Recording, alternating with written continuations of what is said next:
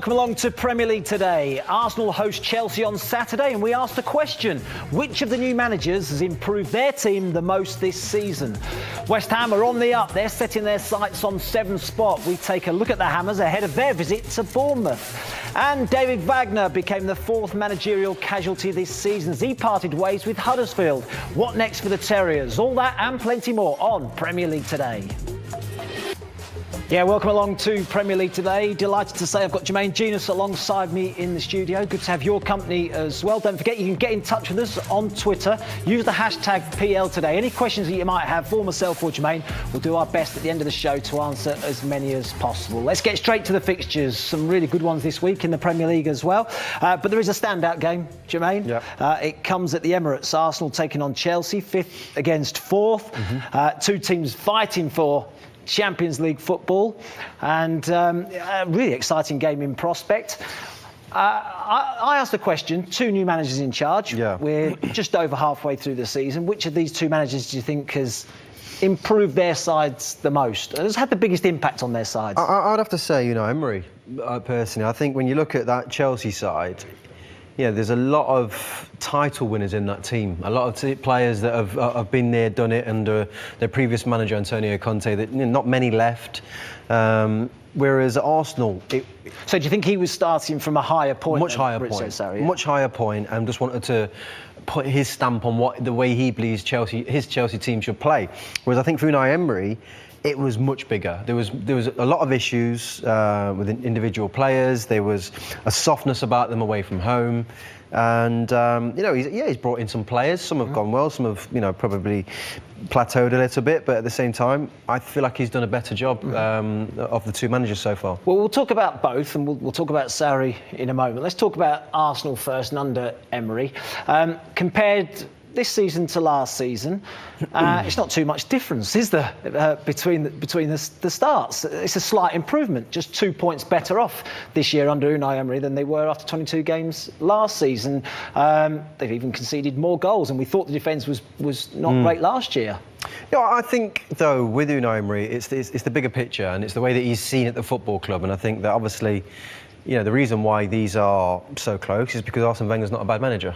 Well, true. He's a good manager, and he knows... So you're not actually surprised by these stats? No, I think it was more to do with the fact that Arsenal fans were sick of Arsene Wenger after a certain amount of time. They wanted something new, they wanted something fresh, and that's what they've gone for. Now, with Unai Emery, I think I won't say it's a miracle, but I think it's brilliant that he's managed to do this with the team. When I look at Arsenal now, as much as they've been on the decline, I suppose, over the last 2 to 3 weeks, everything before that, I felt like they were playing with a lot of positivity.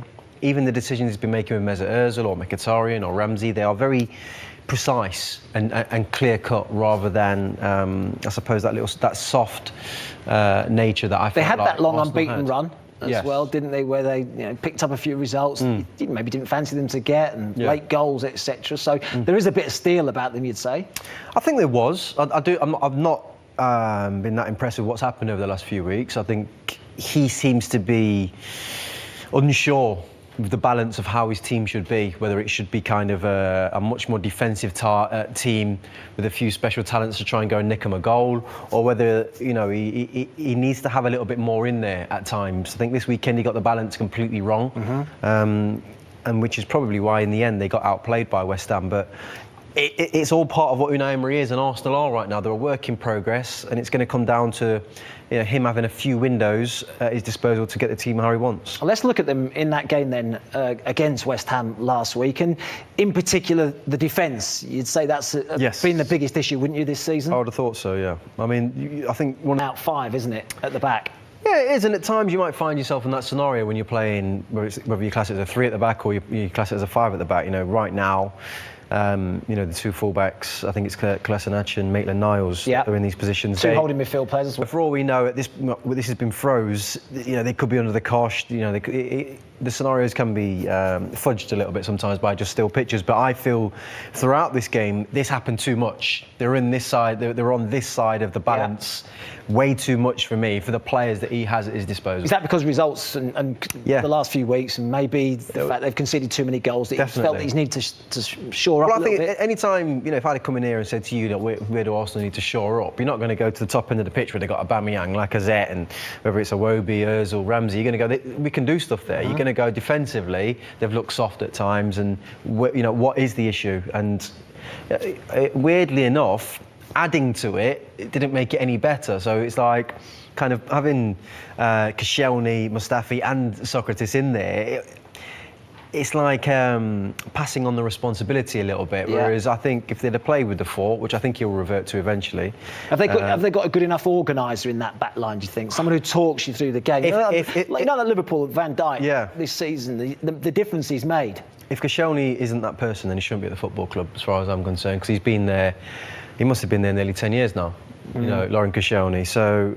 And he's the French captain as well. If he's not the leader back there, then I don't get what his role is. 3 clean sheets all season. Now you mentioned the not taking responsibility. Yeah. Now this I think is a clear case of that. You look at the defence. You've got 3 centre backs up against 1 striker in Arnautovic. So you'd be saying, actually, Kolasinac can push in tight. Yeah. Yes. Definitely. Maitland-Niles can push in if you needed be. Yeah. And just do your jobs. Definitely, yeah. I mean, look, on this side here where Maitland-Niles is, you don't blame him. The ball's on this side, he can cover around. Yeah. But just here, you obviously mentioned you can go in there and press if he wants to, and that's what he's asking. I think Xhaka. Well, he's already marking someone. Yeah, he's pointing at Xhaka to say come in there, and I think we both made the point that even if he runs past him, he might change the angle of who he goes to press. He might go and press in there. The reality, but the biggest thing that I can see, they all seem to be scared of this scenario here, right? And there's not a lot of pace, is there, in that back line? It's not a lot of pace, but you've got a lot of cover. It's going to take a lot. You got cover everywhere. That's the organisation I'm talking about, though, because Koscielny really should be talking to him, shouldn't he? Yeah. That's an action saying to him, go on, you can go, because I'm actually doing that 100%. job. No, I can do that. I can fill in there. But you know what? It just should work like clockwork anyway. It should work like clockwork. It should be a situation where, right, you're in. So he hasn't got as much time on the ball. You go flying into there if you have to. And you can close people down in a way. Like Iwobi's angle, for example, probably give you a better example. If Iwobi closes Diop down on this type of angle here, that ball to Zabaleta's not on anymore. So you're forcing them infield, you're pressing in. These kind of simple movements that they didn't seem to get. Everything was half a second late, and also there's a lot of kind of finger pointing. You do it, and when that happens, you get caught out. Yeah, and Zabaleta's not exactly going to run you down the channel anyway, is he? Look, Arnautovic makes that run eventually, and he still gets the ball anyway. Yeah. So they've even got into that space without doing your job properly. Yeah, precisely. I think that one of the talking points with Arsenal has been maybe a lack of creativity in midfield. Now, this is good play, really good play, good position. Iwobi picks himself up. Now, I'm going to ask you this question. Mesut Ozil in that position, or maybe Aaron Ramsey even, do they find that pass to Kolasinac now?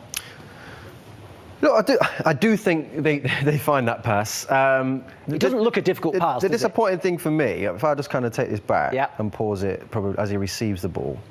So it's a great position he gets himself. It's a great position he gets himself into. As he receives the ball here, I think we all know. I think Ozil knows at this point. And so regardless of anything, he's got a picture already of what's happening, and he knows where the space is on the pitch, and he knows the space is here. This is where all the space is for somebody to run into. So I honestly think actually that he's already kind of he's on the swivel. And he's thinking, I'm turning That's here. my ball. He's 1v1. He's probably clocked it already, whereas Iwobi... Well, actually, it's actually quite nice as well to see the wing-backs in this position, isn't it? Yeah. Maitland-Niles and Kolasinac trying to get forward as well. That's weird. I mean, Kolasinac, essentially, is it Kolasinac? Yeah. Yeah, I think it is, yeah. He is essentially... He's much closer to being a winger than he is a defender. From what I've seen, anyway. Yeah, agreed. I think he enjoys going forward, not as much as he... And actually, in this Arsenal team, that is the width as well, because you've got Iwobi who wants to come into the middle, you've got Aubameyang that wants to come centrally as well. Yeah. They don't really want to play out wide. They want to get involved in the play. So your width is the wing-backs. They've got to get forward, haven't they? So it's just noticing, I suppose, that, because the pass is brilliant, the position is brilliant, but has Iwobi got a picture at this point as what is best right now? And I think that... it's not something... I don't want to really kind of... I quite like that, and I think this is a positive from Iwobi's point of view, going to take responsibility, but there's no doubt that, Mesut Ozil has got more experience and better quality in those areas of the pitch. Just mentioned that the wide players like to come inside, and there's Iwobi, central, Aubameyang, coming central, getting around Lacazette, and again, it's Kolasinac getting further forward. Now, approach play's good. Yeah, it's brilliant. It's nice football. That's what I mean. Look at that for a ball from. I'm going to stop it. I'm going to stop it here. What's on? What's on? Bang. That is the only option, isn't it? Well, he could go there. I mean, obviously the picture changes. With the quality he has, he could do. But it's a shot on goal. It's a shot on goal, sure. I'm thinking shoot right now, purely and simply because these players, Aubameyang doesn't kind of make that definitive run for me. He doesn't really, drive into that back post and be like, find me. So, the obvious ball that he is looking for is he's looking probably for this, and that makes no sense to me. I know it kind of runs on, and he eventually ends up in probably a situation around here, but let's play it on and see what he does do. He's got to hit that. He has to hit it, doesn't he? He has to hit it, and I think, Fabianski will be rubbing his hands together there, going, well, nothing to say. Defensively, now, are you a fan of having everybody back at set pieces? Not really, no. And weirdly enough, if I'm going to have everybody back, I'll tell you one thing I'm definitely doing. I'm having somebody on the posts, in this type of area here, back or near. So it's strange that not only has he got everybody back, but nobody's kind of covering these key areas. So we've actually conceded the second least from set pieces this season, so we shouldn't be too critical. But I think when you've got people like, so we've got Aubameyang in this position, we've got Lacazette at the near post, they don't really want to defend it particularly, do they? You might as well take them up the pitch, mightn't you? It's like you said. I mean, you don't break. but they're doing okay. But they're doing okay. Broken, do you? So it's Lacazette, little flick clearance. This is the goal, though. All of a sudden, against Felipe Anderson, no one picking up in the box. Nasri, great touch. Declan Rice finishes it off. I think it's difficult to really kind of have a go at that type of situation. It was just, it's a lot of right place at the There's your right winger, Kolasinac. Yeah. Doesn't. Well, that's where he likes to be, and that is, that's good play from Arsenal's point of view, playing on the counter-attack. It's just they didn't do it enough in this particular game, and in the early stages they actually looked pretty dangerous, but as the game kind of went on and on and on, West Ham started to kind of find their way into it, and he would not be happy with their response from that, I don't think. He's not afraid of making big decisions, is he? And no. You've mentioned it about Mesut Ozil as well. He's been quite happy to leave him out even of the squad as well. Have you been surprised by that? Let's go to the home team. Yeah, I think some of them are ridiculous. Yeah. Personally. That is the perfect position for Mesut Ozil. It's effectively a number 10 position. Yeah, it is, but he's obviously not doing something that the manager demands, and that which from the player's point of view is a respect thing, and the team are suffering on the basis of Mesut Ozil not doing what the manager wants, as far as I'm concerned. Nobody's ever questioned his ability. Nobody's ever questioned the talent, and that Arsenal would be a better team with him in it. But the problem is you can't look at Alex Iwobi doing what he's doing in training, when he's doing the job, doing it well, and actually he's improved a lot this year, and then say, well, I'm just going to bin you on the sake of your name, because that's kind of what you're saying. But is he doing that? Because actually, ability-wise, you just said it, Mesut Ozil's ahead of Iwobi, isn't he? He is, as an individual, but the impact on the team might take the performance down in comparison to what Alex Iwobi can do. So it is the difficult place that he finds himself. I personally feel like find somewhere for him, definitely. Or I do. Whether you adapt your system or what, you get him in there. One of the worries I think this season for Arsenal is that they lose Ramsey at the end of the season on a free transfer. It looks like that's going to happen, and Mesut Ozil. Two really creative players, isn't it? What about Aaron Ramsey? Would you find a place for him in the team? That makes sense to me at the minute. I think he's a good player, but when you're about to lose him, it does. If you've categorically said you're not going to be, he's not going to be part of the things going forward. Okay, complete opposite to Mesut Ozil, though. Attitude from Aaron Ramsey seems to have been spot on, doesn't definitely, it? Would you perhaps do more to keep Aaron Ramsey? Would you than say Mesut Ozil? Maybe be reluctant. All right. We'll let Mesut Ozil go, but I think Aaron Ramsey will give him what he wants, and we'll keep him. If they could let Mesut Ozil go, they would let him go. I'm pretty sure they would. But who else is going to give him 350 grand a week? That's not going to happen. Which is why, they've got a player that they're stuck with. When it comes to Aaron Ramsey, you know, personally, I think it's... You've got him till the end of the season. Why not use him? Well, honestly, that's not my issue with Arsenal. When I look at Iwobi, Lacazette, Aubameyang, I don't look at those three players and go, you're massively underperforming, you're not delivering. And I quite like the fact that they're leaning on Alex Iwobi quite a bit, because he is obviously the future. He is what they're going to need moving forward. So from a manager's point of view, I might as well work on that. And I might as well get him to be playing the way I want to play if Aaron Ramsey's not part of my plans. Is Iwobi good enough to be the future at Arsenal, do you think? I think this is the first season I would look at him and go, he's developed and he seems to have improved. You don't score enough goals, you don't create enough goals, which will always be an issue, and that's what he needs to improve on. But his performances have gone in the right direction as far as I'm concerned. So, and if he's doing what the manager asks of him, I don't see why he should bow to just big names on the sake of them being big names.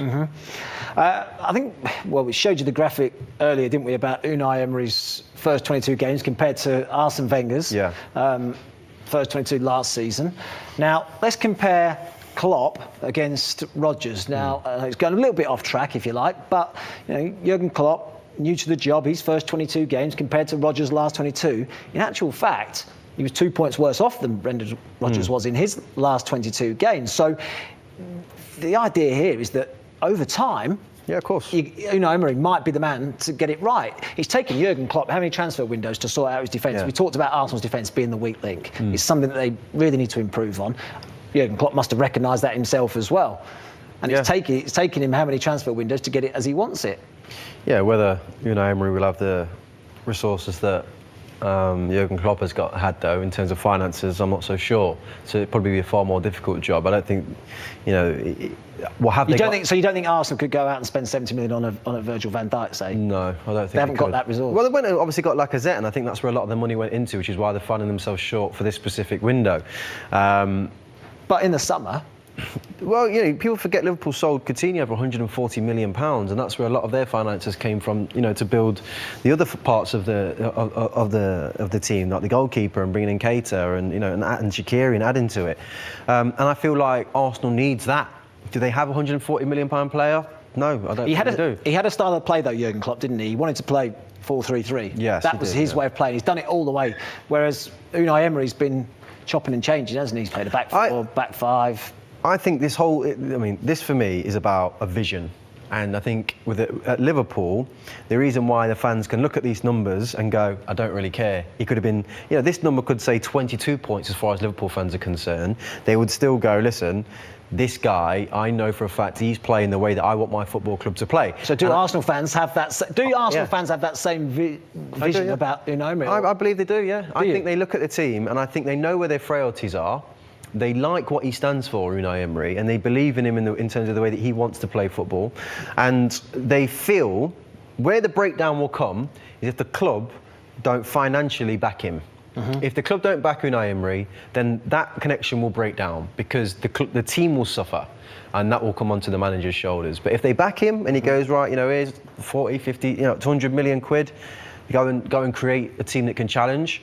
I feel like those Arsenal fans will say, give it him, back him, because I've liked what I've seen so far. Interesting. One man that's retiring at the end of the season, Petr Cech. He's now second choice at Arsenal.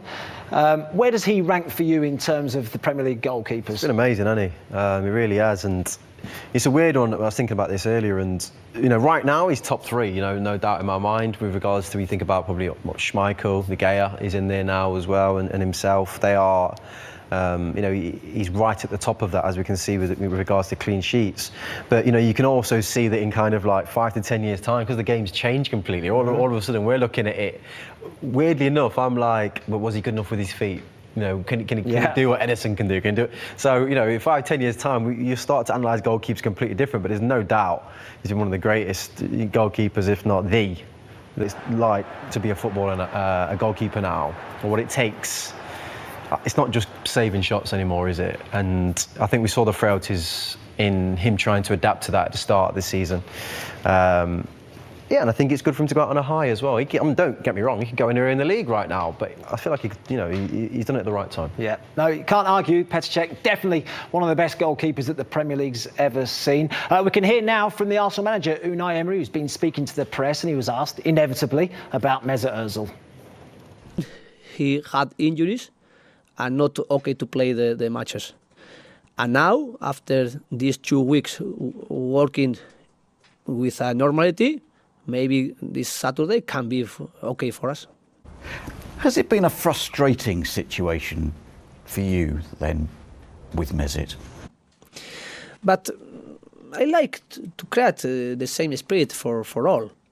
And the same spirit is every player get and give us consistently work a consistently moment with a performance, but it's not easy. Sometimes you are better, sometimes you are worse. And with every player I am working and speaking about that the same. And the most important for me is how he can help us, how every player can help us with being consistently and also when they are okay for to do the training every day and for play the matches when it's coming. Be interesting to see what he does this weekend, though. As Lou said, he might be okay for this weekend. Sounded like he was playing to me. Did it? I think so, yeah. I think the feeling was that, the last couple of weeks have been good for him. He's obviously integrated him back into the team. I think after hearing that, it would surprise me if he's not starting that game. All eyes would be on the team sheet then. Who would he come into? Especially if he plays the back three like this. I mean, I don't think he will play a back three personally. I mean, I'd move it around. You know, I'd definitely have something that looked a little bit more back four. Yeah, like that, and then kind of probably you'd then look at changing that situation. So you go in with your normal back four. Yeah. And then obviously, you know, I think he could even do something 4-3-3, like that, and then that's where Mesut Ozil maybe does come into the system, maybe, or he might even just, you know, do it a bit more kind of like in that type of system, but without Kolasinac in it, with that being Iwobi. You know, he could do something like that. So, I mean, I prefer something like that for them to play, go and play. And it just gives them the freedom. Yeah. Well, it'll be interesting to see what team Arsenal selects. Also, it'll be interesting to see what team Maurizio Sarri picks for Chelsea as well. Interesting comments last week, weren't there, about Jorginho saying that if he had the chance and he had Fabregas on the bench, he might well have changed him. He's there. He's right. He's to the right, mate. He's just to the right there. The best defensive midfield player in the world. Go and put him in his position. I mean, it's ridiculous. You've got the riches of riches when it comes to midfield players who can play in that area of the pitch. I mean, you could even go as far to say, you know, you're crying about it. You could go with Christensen and put David Luiz in there if you wanted to. You know, I mean, I couldn't accept it. I really couldn't. It annoyed me to a point that not only has he just sold Fabregas to Monaco, who's one of the greatest, who could sit in there probably for another 5 years and do what Jorginho does, but he's complaining about it. So yeah, it was strange to me, very strange. Let's have a look at him then last week, Jorginho, because his position, yes, but it affects others around him as well. Yeah. This was his very first that it affects people around him, and I think it's affecting N'Golo Kante's position massively. Now, he's got options here on the ball, Jorginho, and namely Azpilicueta, acres of space out on the right-hand side just to try and switch play. But I think just through this clip, just watch N'Golo Kante and what he does, because this is the position that, and there he is, this is the position that he wants to play really, where Jorginho's playing, and where N'Golo Kante is probably best. So they win it back, Chelsea. N'Golo Kante's still not moved. He's in a position where he's looking really to be getting in the box, isn't he? That's the funny thing I was going to look at. Like, where do you go? Do you know, it's like he's right by his side. I mean, I totally agree with you, but I feel like does he make run into there when you've got all these bodies kind of like cluttered up in there? I mean, I agree with what you're saying. I feel like he feels like he's not going to get the ball, which is why he's probably standing still. He's got so much energy in N'Golo Kante. Of course he has, yeah. I don't mind even if he makes this run and gets himself right into the box as well. When you look at what's behind him, that's probably what he should be doing, really. And, you know, the amount of times we have seen, though, you know, Azpilicueta drift into that type of area, you know, cross into the box, back post, goal. You know, Azpilicueta at one point had the most assists. Well, if for some reason this guy dictates... If N'Golo Kante runs him off this way, then that ball out to Azpilicueta is actually on. Well, if he plays it, which I think is the bigger problem. I think the problem is Kante and Azpilicueta are not moving on the basis that they don't think they're going to get the ball.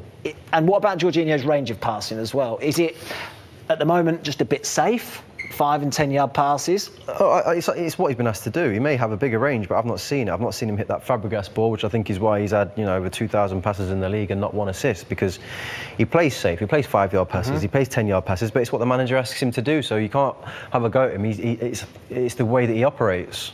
Right. In this sort of position now, if this was, I don't know, Fabregas on the ball right now, what movements would we see from Chelsea's front three? You'd see the natural kind of, I think you've got a run in there for, you know, a delivery kind of that type.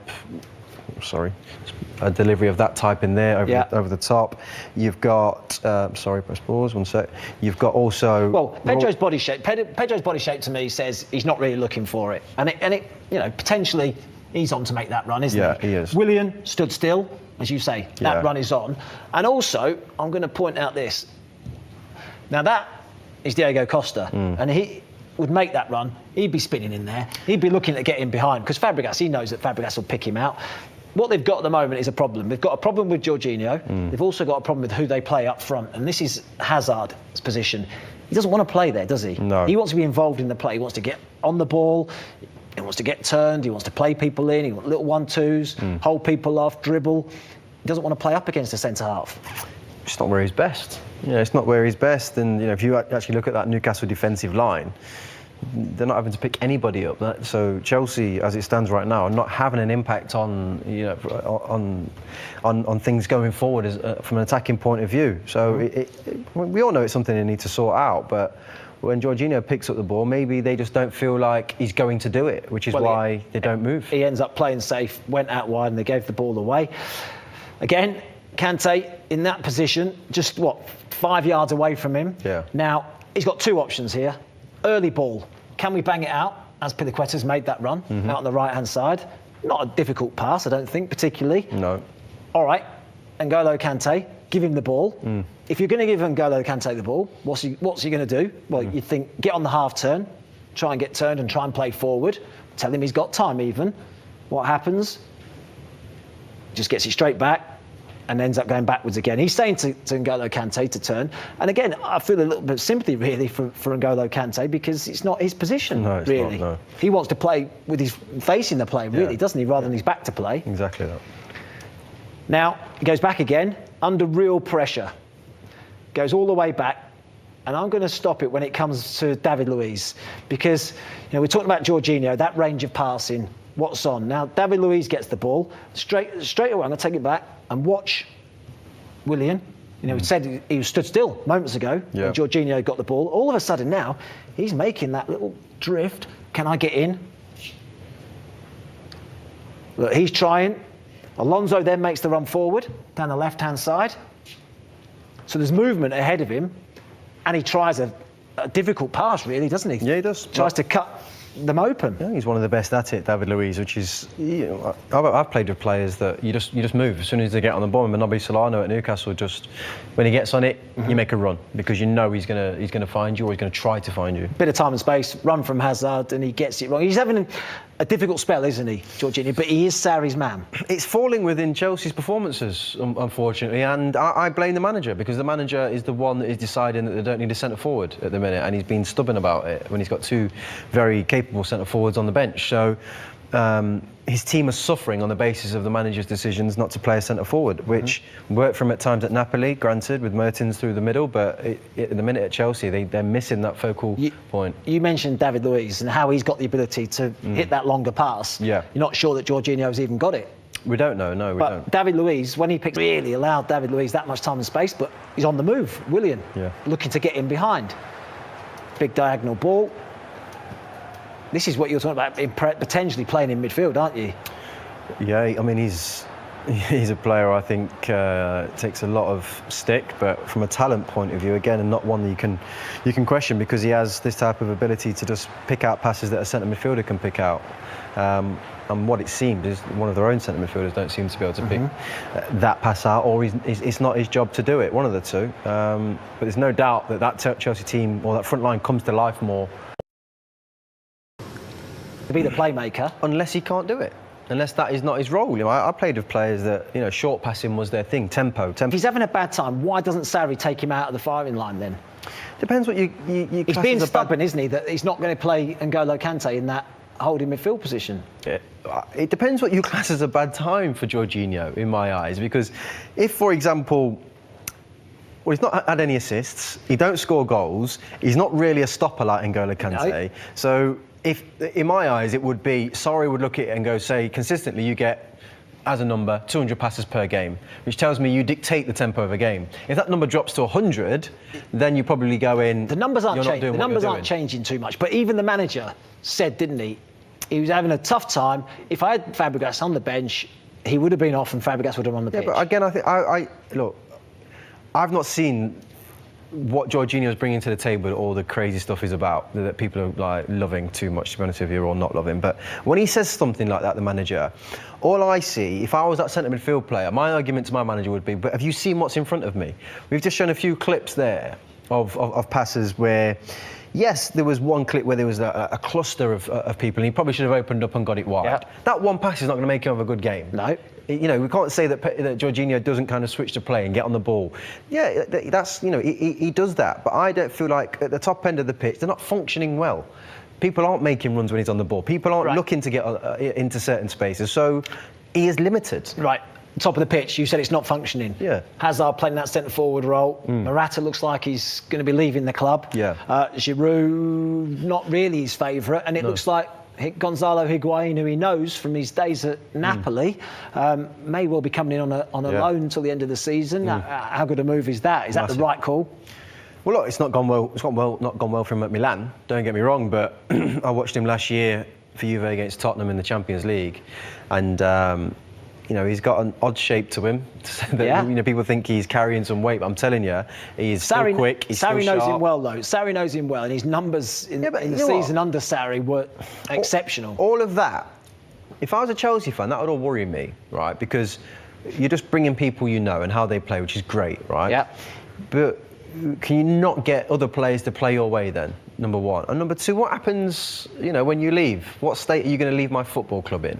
At least kind of when you look at Jose or Antonio Conte, like they left championship teams. You know, they left great teams for another manager to come into. Essentially, he's going, well, like, what's going to happen to Kante over the next couple of years? If he don't get to play in this position, like where he's favourite, I mean, is he just going to suffer it out? Man City? I think he could get phased out quite easily. It wouldn't surprise me to see him gone in the next few years. Fernandinho's 33, Man City. These are the things I'm talking about. You're going to be, because of that and because of that scenario there, you know, we're going to see a good Chelsea team maybe to the end of the season. What about after that? And that's my only worry. But I think Higuain will bring goals. Did you see a time where he might leave Jorginho out? No. And play Kante here? No? Because I asked this question. Right, if Kante plays in this position, 38 league games, how many goals are you going to score? Well, in the Premier League, Kante, we're going to he scores more than we think, but probably how many 5 max. 5 max. Yeah. OK, let's put Kante in that position. And I'll ask the question now. Barkley plays 38 league games. Well, I'd expect him to be getting 10 goals a season. You'd expect him to get double figures? Yeah, I would, yeah. Kovacic probably not scored as many as he would like to have done. No. Loftus-Cheek, likewise, if you play Loftus-Cheek in that position, what, 10 goals? You don't think those are the numbers you're expected to get if you're an attacking midfield player, because there's less. But Kante's not going to get that, is he? It's not a natural position for him. No, it's not. But I mean, I still I'm baffled by the fact that if he's been that stubborn about it, just put them next to each other. It's really easy. Just, if you really love Jorginho that much, just play him in his position next to Kante. You play a 4-2 kind of 3-1 system with probably Giroud at the top, or it'll be that'll be Higuain, and that would be Willian, and you're sorted then. Do you know what I mean? It actually looks a more attacking team. It looks a better balanced team as well, doesn't it? It amazes me that he will not go away from his system, and he will not go away from the Jorginho situation, obviously. But I mean, maybe help out Jorginho. Maybe help him out. Maybe he just feels. Maybe the team are looking at it and going, we're not playing the way we want to play. So what do we think this weekend then at the Emirates? Who's going to come out on top in this one, do you think? It's a difficult one to call, I think. It is a tough one to call. I fancy Arsenal. I think if Why? they can get their attacking game playing, they've done well against everybody this year, playing on the front foot. You think that, and because it's at Arsenal, better at home? I do, yeah. I think they'll be right up for this game. I do believe he'll make changes. I'd be surprised if Ozil or Ramsey is not in that. And I think they might get the better of this one. Fascinating battle, isn't it? Both of them desperate to try and get into those Champions League places come the end of the season. Right, time for a break. When we come back, we're going to turn our attention to West Ham. Great win against Arsenal last week, and they're looking to push up the table and perhaps finish as high as 7th. We'll do that when we come back.